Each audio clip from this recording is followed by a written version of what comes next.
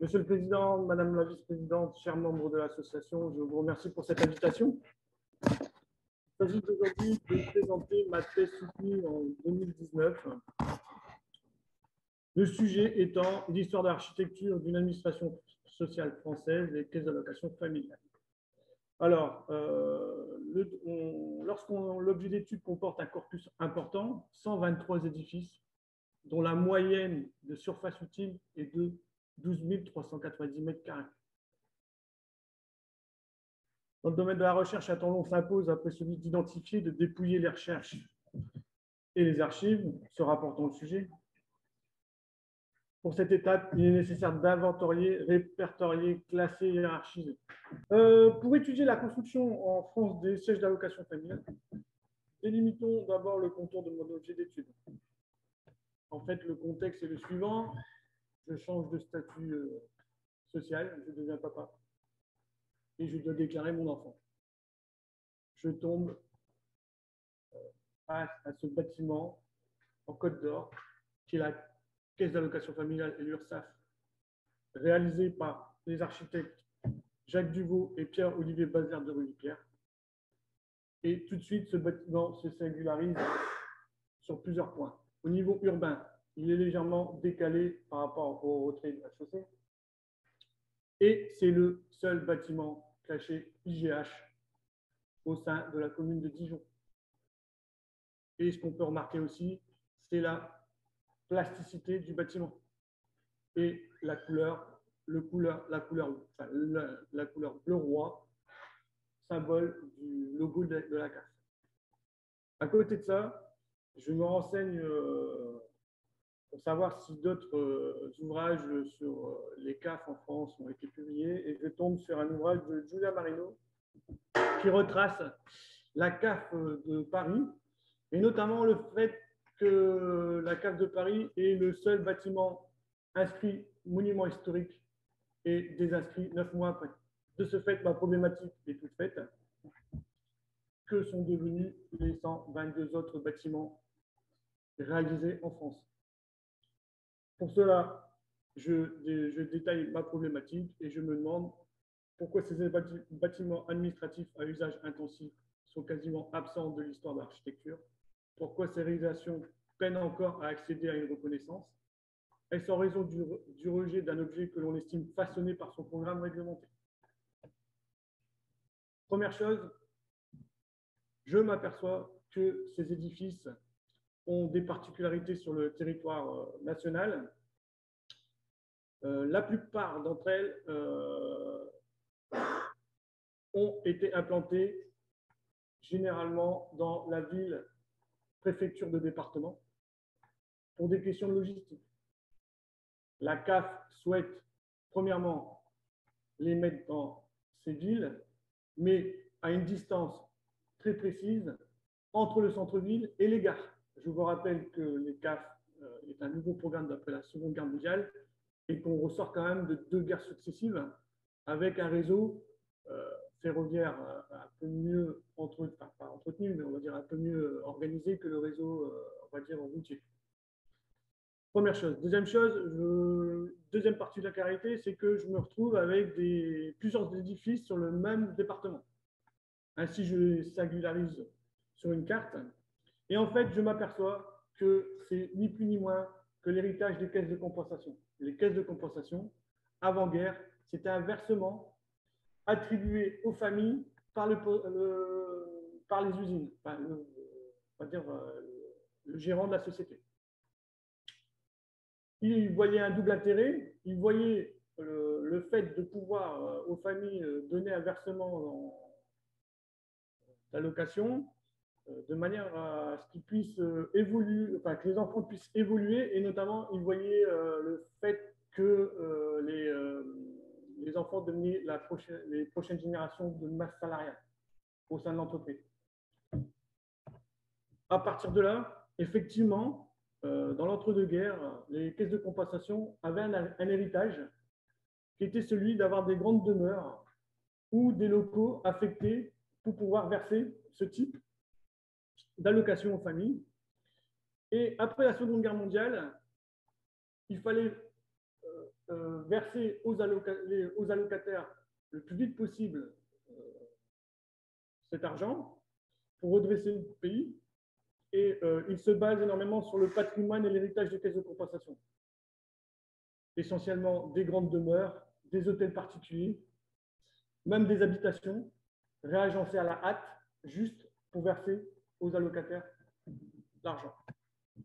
Et dans les territoires très affectés par les guerres, les CAF s'installent dans des baraquements, comme vous pouvez le voir ici, dans le Finistère Nord. L'idée étant que le baraquement, on vient juste le cloisonner, le partitionner en deux parties, une partie réservée au public et une partie réservée au personnel, juste avec une banque d'accueil.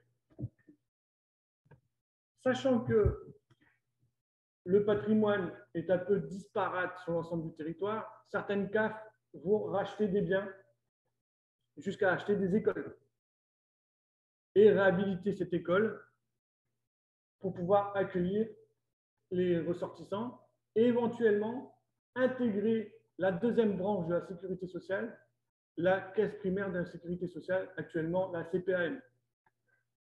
Pour cela, on va créer des extensions, comme c'est le cas dans les Landes. L'architecte Henri Despruneaux va doubler la capacité de l'édifice originel. Concernant le programme, le fait de verser de l'argent aux allocataires, les caisses d'allocation familiale n'ont pas éventuellement établi d'organigramme. Et pour cela, en fait, ils vont se baser énormément sur l'architecture bancaire. Le seul élément qui demande aux architectes sur la commande, c'est qu'il n'y a aucun signe ostentatoire de l'extérieur. Parce que le public étant une catégorie sociale pauvre, voire très pauvre, après la Seconde Guerre mondiale, on demande que les façades de l'extérieur soient simplistes. Par contre, à l'intérieur, il faut que l'accueil des allocataires puisse se faire dans les meilleures conditions.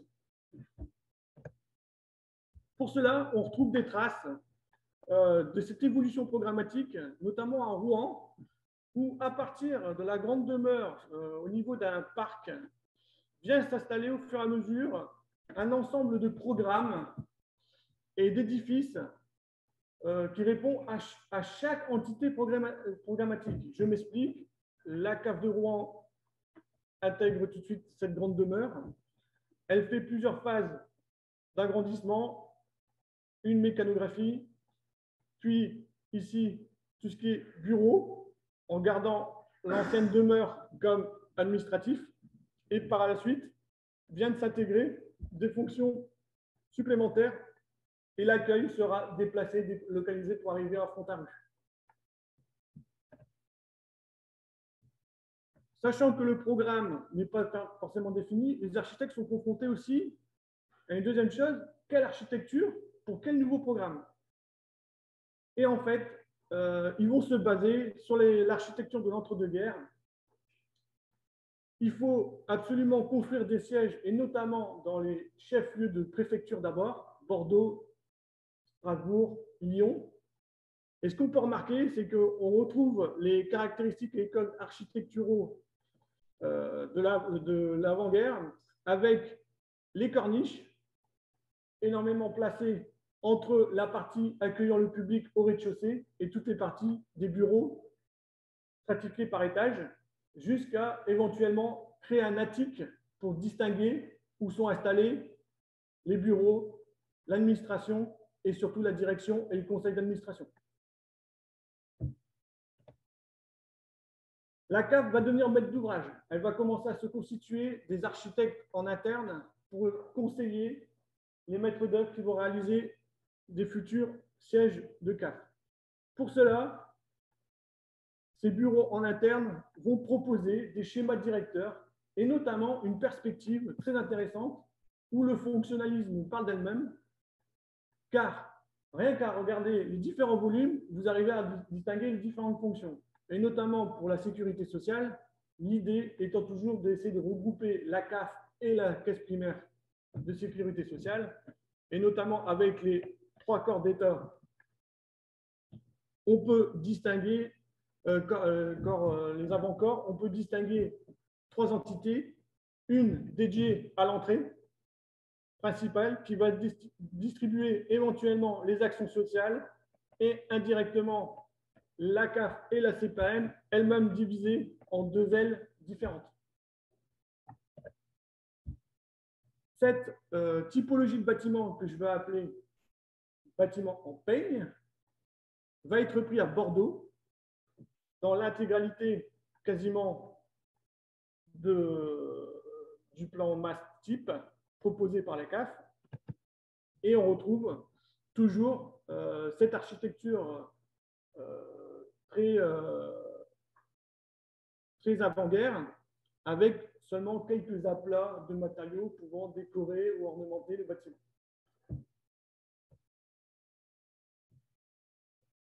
À Paris, on décide aussi de créer le siège de la CAF. Et pour cela, on va faire appel à Marcel Réby, qui est en fait leur ancien architecte conseil des caisses de compensation à l'époque. Et on peut voir tout de suite qu'on repart sur le même code architecturaux que ceux depuis les premières réalisations des CAF. Mais le conseil administratif de Paris décide de rejeter le projet, trouvant que le projet n'est pas assez avant-gardiste à leur goût. Il va falloir modifier et surtout rationaliser les services. Pour cela, ils vont faire appel à Raymond Lopez et notamment Michel Onlay, son collaborateur, qui lui est très en garde et regarde beaucoup ce qui se passe aux États-Unis et s'aperçoit que tout d'un coup, une typologie de bâtiments émerge au niveau des édifices administratifs et notamment ce qu'on peut appeler les gratte-ciel. Et pour cela, il va faire ni plus ni moins que décortiquer un organigramme classique qu'on peut retrouver dans le cahier des charges des CAF. Il va tellement le décortiquer qu'il va le décortiquer sous forme d'organigraphe par entité au sein des CAF. Et de là, il en déduit un schéma directeur très important qui va énormément influencer l'archétype de l'ensemble de la plupart des CAF construits entre 1953 jusque dans les années 70. L'archétype étant lequel? Le socle et un bloc. Le socle recevant le public, le bloc, toute la partie administrative et opérationnelle des CAF. Pour cela, il réalise un bâtiment très commenté dans les revues d'époque parce qu'il va utiliser le système constructif américain, le procédé cantilever, et en plus, il va apporter des matériaux innovants à la CAF, notamment les parois translucides qui permettent, ici dans le bureau, d'avoir le maximum de clarté. À partir de cet archétype architecte CAF bloc, deux sous-entités de programmes vont apparaître. Ce que moi, je vais déterminer, le bâtiment socle barre. En fait, la barre administrative ne dépassera pas l'emprise du socle. Comme vous pouvez le voir ici à Toulon, où là, on a une caractéristique particulière, c'est le seul bâtiment pour un seul programme qui est déterminé, qui a 2 IZH en lui-même. Et puis, les CAF vont énormément s'imprégner des organigraphes de Raymond Lopez et vont les intégrer intégralement dans leur cahier des charges. C'est justement la retranscription de ce qu'avaient fait Raymond Lopez et Michel Onlay. Ils vont l'intégrer cette fois-ci pour les futures constructions des CAF. Et à côté de ça, ils vont réaliser un petit schéma en tripode qui détermine en fait le fonctionnement par branche de la CAF, de la caisse primaire et de l'URSSAF, l'URSSAF étant la branche de recouvrement.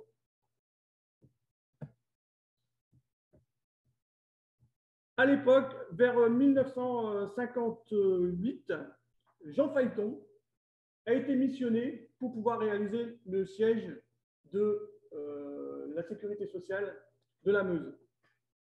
En fait, la sécurité sociale voit en projet de Lopez la possibilité d'intégrer l'ensemble de la branche de la sécurité sociale, URSSAF, recouvrement et caisse primaire. Tout de suite, on peut voir que Jean Phaéton se base sur ce plan en branche et il va vite décomposer l'ensemble de sa méthode intellectuelle pour arriver à un bâtiment uniforme à tel point qu'il s'est dit il y a peut-être possibilité que le socle et le bloc sont bien distincts. Et pour ça, il va juste pivoter de 90 degrés le socle et le bloc. Le socle ne devient plus une assise pour la barre, mais cette fois-ci, on considère que c'est une socle et une tour. Il y a une partie de la barre qui vient de se poser directement sur le sol. Et le terme. Voici la photo qui révèle le deuxième archétype du socle-bloc. À partir de là, tout s'enchaîne. On va avoir des variantes, toujours dans le type socle-tour. Cette fois-ci, au Havre, on va distinguer les deux tours, pour une pour la sécurité sociale, une pour la CAF, en gardant le socle comme unité foncière. Et à Mulhouse, vous allez avoir un socle divisé en deux pour chaque entité. Par contre, la tour du bureau est unique cette fois-ci. Dernier élément, dans les années 70, l'URSSAF devient un organisme indépendant de la CAF et de la CPAM. Qu'est-ce qui se passe? On va revenir sur le schéma du tripode et une quatrième type et de genre d'édifice va apparaître, ce qu'on appelle le plan panoptique. À partir de là, des variantes vont apparaître, ce qui a permis pour moi de réaliser, alors là, ça va être compliqué, voilà, une frise chronologique avec l'évolution des 4 catégories de bâtiments, le bloc, les peignes, tour bloc, ainsi que les plans panoptiques. Et ce qu'on peut voir en regroupant au niveau des dates, au niveau des cours architecturaux et au niveau de l'évolution programmatique et architecturale des CAF, on peut s'apercevoir que dans les années 2000, on revient aux 4 typologies d'origine actuellement. On peut apercevoir en partie haute. Je vous remercie de votre attention.